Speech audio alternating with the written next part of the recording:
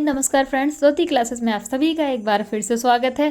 Friends, जैसा कि आप सभी को पता है, हमारी जो होम साइंस की सीरीज है उसको हमने कंटिन्यू रखी है और उसमें अभी तक हमने हमारा जो क्लास 6 था, यानी कि जो हमारी क्लास 6 की बुक है उसको हमने कंप्लीट कर लिया है। और अभी स्टार्ट किया हमने हमारी क्लास 7 की बुक, और क्लास 7 की बुक में भी हमने हमारा जो चैप्टर 11 है वहाँ तक कंप्लीट कर लिया है। तो आप सभी से रिक्वेस्ट है, अगर अभी तक आपने इन सारी वीडियोज़ को नहीं देखा है तो प्लीज़ प्ले लिस्ट में जाइए। प्लेलिस्ट में आपको सारे ही जो चैप्टर हैं क्लास 6 और 7 के टॉपिक वाइज आपको वहाँ पे प्रोवाइड कराए गए हैं, जो कि बहुत आसान भाषा में है और बहुत ही अच्छे से एक्सप्लेन कराए गए, बहुत डिटेल में कराए गए हैं, जो कि आपको बहुत ही अच्छे से समझ में आएगा। पॉइंट टू पॉइंट बातें यानी कि आपके माइंड में वो फीड होंगी। तो फ्रेंड्स, और जो हमारा ये आपको पता है ना, हमारा ये जो होम साइंस की जो सीरीज चल रही है इसका मेन टारगेट क्या है? इसका टारगेट यही है कि एक बार आप अपना होम साइंस का सिलेबस पढ़ लें। इट मीन्स जो हमारी क्लास 6 से लेकर 12 तक की जो हमारी बुक है उसको हम पढ़ लें। फिर उसके बाद जो भी हमारा होम साइंस से रिलेटेड एग्ज़ाम होता है उसको हम क्रैक करने के लिए अपने आप को प्रिपेयर्ड पाएँ। है, आपको मैंने बार बार बताया है, हमारे कोई भी एग्ज़ाम हो, चाहे टीजीटी, पीजीटी, नेट, किसी का भी एग्ज़ाम हो फ्रेंड्स, वो सारे ही एग्ज़ाम 85 to 90% आपके सिलेबस से ही आते हैं। 10% कुछ बाहर से आता है, तो उसकी भी टेंशन लेने की ज़रूरत नहीं। एक बार पहले हम सिलेबस पढ़ेंगे क्योंकि इसका वेटेज ज़्यादा है। सिलेबस पढ़ने के पश्चात उसके बाद जैसा मैंने आपसे प्रॉमिस किया है, हम प्रीवियस ईयर भी करेंगे हमारे एग्ज़ाम्स के, चाहे वो टीजीटी के हों चाहे पीजीटी के हों, हम प्रीवियस ईयर की भी प्रैक्टिस करेंगे। क्योंकि जब तक आप प्रीवियस ईयर की प्रैक्टिस तभी कर सकते हो जब आपका कॉन्सेप्ट क्लियर होगा, है। और अभी मैं पहले प्रीवियस ईयर कराने लगूँ, पता चले आपका कॉन्सेप्ट ही नहीं क्लियर है, तो क्या फ़ायदा, आप एक भी क्वेश्चन सॉल्व नहीं कर पाओगे, फिर रट्टा मारने वाली बात हो जाएगी। इसीलिए हम पहले थोड़ा धीरे चल रहे हैं। हमें भी पता है थोड़ा टाइम जो है लग रहा है, लेकिन फ्रेंड्स आपको पता है डिटेल में पढ़ने के लिए टाइम तो लगेगा ही। और अभी कोई ज़्यादा टाइम नहीं लग रहा है। आप देख रहे हैं हमारा जो क्लास हमने शुरू किया था, हमारी क्लास 6 की बुक ख़त्म हो गई है, क्लास 7 की भी ऑलमोस्ट ख़त्म ही होने वाली है। तो धीरे धीरे करके हम जो हमारे क्लास 12th है उसको भी हम अच्छे से पढ़ डालेंगे, तो टेंशन वाली कोई बात नहीं है।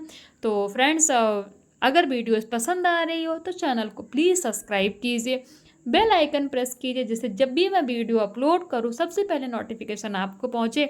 और हाँ, वीडियो पसंद आ रही है तो लाइक कीजिए, नहीं पसंद आ रही है तो डिसलाइक कीजिए। और वीडियोस को ज़्यादा से ज़्यादा अपने फ्रेंड के साथ, अपने दोस्तों के साथ शेयर कीजिए, जिससे कि उनकी भी पढ़ाई कंटिन्यू हो सके और उनकी पढ़ाई में कोई बाधा उत्पन्न ना हो। तो चलिए फ्रेंड्स, चलते हैं। इसी के साथ आज हम शुरू करते हैं हमारा आज का जो हम टॉपिक करने वाले हैं। आपको पता है आज के टॉपिक में हम क्या करेंगे, हमारा चैप्टर 11 का स्मरणीय तथ्य, और स्मरणीय तथ्य के साथ साथ हम इसकी प्रश्नावली करेंगे। इसको शुरू करने से पहले फ्रेंड्स, आप सभी को पता है, हम एक बार अपना जो हमने प्रीवियस क्लास में पढ़ा है उसका फटाफट से हम क्विक रिवीजन ले लेते हैं। बिकॉज यू नो दैट ना, revision is the most important part of our study है। रिवीजन लेने से हमें क्या होता है, हमने जो प्रीवियस से पढ़ा है वो भी, और जो हम अभी पढ़ रहे हैं, दोनों के बीच में हम कनेक्ट कर सकते हैं। दोनों यानी कि जो भी हमने पहला पढ़ा है और जो अभी हम पढ़ रहे हैं, दोनों को हम आपस में जोड़ सकते हैं। तो ये बेनिफिट निकलता है फ्रेंड्स हमें रिवीजन लेने का। तो ज़्यादा टाइम तो लेते नहीं, आपको पता है 1-2 मिनट में हम रिवीजन कर लेते हैं। तो देखते हैं, हमने प्रीवियस क्लास में पढ़ा था संबंधित कला, इट मीन्स एलाइड आर्ट क्या होता है, इसके बारे में हमने जाना था। फिर हमने देखा था कला की परिभाषा, कि कला क्या होती है उसके बारे में हमने देखा था।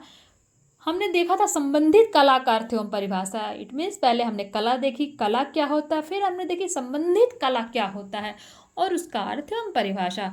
फिर हमने संबंधित कला का महत्व एवं उपयोगिता देखी कि हमारे जीवन में क्या है, और संबंधित कला के सहायक रूप प्रदान करने में हमें कौन से उपयोगी उपकरण हमारे काम आते हैं उनके बारे में हमने जाना था। सपोज जैसे ऊन, सलाइयाँ व क्रोशिया, कढ़ाई व फ्रेम, फिर कैंची व ब्लेड, सुई, धागा, गोंद या फेविकोल एक्सेट्रा, इन सभी के बारे में हमने बहुत ही डिटेल में पढ़ा था। फिर हमने देखा था पोस्टर बनाना क्या होता है, उसका अर्थ क्या होता है, पोस्टर होता क्या है उसके बारे में जाना था। पोस्टर की उपयोगिता, और विद्यालयों में कैसे पोस्टर बनाया जाता है, अस्पतालों के लिए कैसे बनाया जा सकता, व्यापार के लिए कैसे बनाया जा सकता है, इन सभी के बारे में हमने जाना था। पोस्टर का महत्व क्या है, पोस्टर के अंग कितने हैं, यानी कि पोस्टर क्या है, इसके कितने अंग हैं, उसके बारे में भी हमने जाना था। जिसमें हमने चित्र देखा था, रंग देखा था, शीर्षक देखा था, पोस्टर बनाने में सावधानियाँ, ये सब हमने देखा था। फिर हमने देखा था पोस्टर का वर्गीकरण है, पोस्टर होते कितने प्रकार के हैं। फिर हमने देखा था इन सभी के बारे में हमने जाना था, जो कि आप ये देख पा रहे हैं। फिर हमने देखा था अल्पना एवं रंगोली क्या होती है, इसके बारे में भी हमने साथ ही साथ जाना था। और इसको बनाने के लिए हमें किन किन सामग्री की आवश्यकता पड़ती थी, ये भी हमने बहुत ही अच्छे से पढ़ा था। फिर हमने देखा था अल्पना या चौक पूरने की विधि। जब भी अल्पना या चौक बनाई जाती है तो उसको पूरने की क्या विधि है हमें, यानी कि किन चीज़ों का ध्यान रखना चाहिए, किस विधि द्वारा बनाया जाता है। उसमें देखा था हमने, कुछ देखे थे, स्थान का चुनाव, आलेखन का चुनाव, स्टेंसिल बनाना, एक्सेट्रा, बहुत सारे पॉइंट हमने देखे थे जो कि आप स्क्रीन पर देख पा रहे होंगे। फिर हमने देखा था कि अल्पना बनाते समय भी हमें कौन सी सावधानियां बरतनी चाहिए, यानी कि किन चीज़ों का ध्यान रखना चाहिए, इन सभी को हमने फिर देखा था। साथ ही साथ हमने अल्पना के आलेखन के बारे में पढ़ा था। तो फ्रेंड्स, ये सारे ही टॉपिक हमने बहुत ही डिटेल में प्रीवियस क्लास में किए थे। आपने अगर हमारी प्रीवियस वीडियो नहीं देखी है तो प्लेलिस्ट में जाइए, वहाँ पे आपको ये पूरा टॉपिक बहुत ही डिटेल में मिल जाएगा। अब देखते हैं इसी चैप्टर के स्मरणीय तथ्य क्या है, यानी कि इस चैप्टर में बुक के, वैसे तो इम्पोर्टेंट सभी कुछ है, लेकिन बुक के अकॉर्डिंग क्या इम्पोर्टेंट है वो हम देखते हैं कि जो बुक वालों ने समझा कि उनके लिए इम्पोर्टेंट है वो यहाँ पे दे रखा है। तो देखते हैं क्या है। नंबर 1, गृह शिल्प से संबंधित कला से तात्पर्य उस कला से है जो घर सजाने, आकर्षक और मनोहारी बनाने में सहायता करती है। नंबर 2, बालिकाओं के लिए संबंधित कला का महत्व एवं प्रयोग जानना भी अति आवश्यक है। तीसरा हमारा इंपॉर्टेंट पॉइंट क्या है, संबंधित कला से बालिकाओं में सृजनात्मकता गुणों का विकास होता है, यानी कि वो उनमें एक्टिविटी जो करते हैं ना उसका विकास होता है।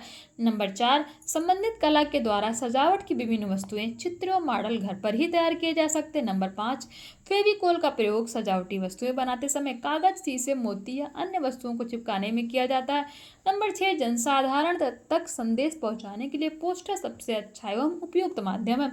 नंबर 8, पोस्टर बनाने के लिए चमकीले रंगों का प्रयोग सर्वाधिक उपयुक्त रहता है। नंबर 9, पोस्टर में छोटे चित्रों का प्रयोग ठीक नहीं होता, यानी कि जब भी आप पोस्टर बना रहे हो तो उसमें जो चित्र वो बड़े होने चाहिए।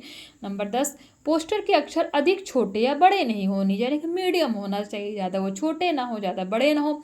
नंबर 11, अल्पना का हमारे देश में हजारों सालों से प्रचलन है। नंबर 12, रंगोली बनाने के लिए समतल स्थानों का चुनाव करना चाहिए, यानी कि ऊबड़ खाबड़ ना हो वो। नंबर 13, स्टेंसिल से अल्पना बनाना सुविधाजनक होता है। नंबर 14, अल्पना बनाने में विभिन्न आलेखनों का प्रयोग किया जाता है। तो ये थे फ्रेंड्स इस चैप्टर के कुछ इंपॉर्टेंट पॉइंट्स, इसको आप एक बार एक नज़र डाल दीजिए और आप चाहें तो इनका स्क्रीनशॉट भी लेके रख सकते हैं। फिर देखते हैं इसकी प्रश्नावली, जिसमें देखेंगे सबसे पहले हम बहुविकल्पीय।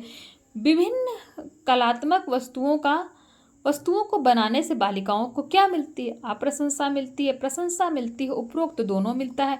तो जब भी कोई आर्ट करता है, कोई कलात्मक वस्तु बनाता है तो उससे क्या मिलती है, हमें प्रशंसा मिलती है। व्यापार जगत में वस्तुओं को बिक्री बढ़ाने के लिए किसका प्रयोग होता है, पोस्टरों का, सिनेमा का, टेलीविज़न का, ये सभी। तो हम सभी जानते हैं कि व्यापार जगत में वस्तुओं की बिक्री बढ़ाने के लिए क्या होता है, पोस्टरों का प्रयोग होता है। महाराष्ट्र में अल्पना को कहा जाता है, क्या कहा जाता है, चौक पूरना, सतिया धरना, रंगोली या इनमें से कोई नहीं। तो महाराष्ट्र में फ्रेंड्स अल्पना को क्या कहा जाता है, तो महाराष्ट्र में अल्पना को क्या कहा जाता है फ्रेंड्स, महाराष्ट्र में अल्पना को रंगोली कहा जाता है। अब देखते हैं रिक्त स्थानों की पूर्ति में क्या है।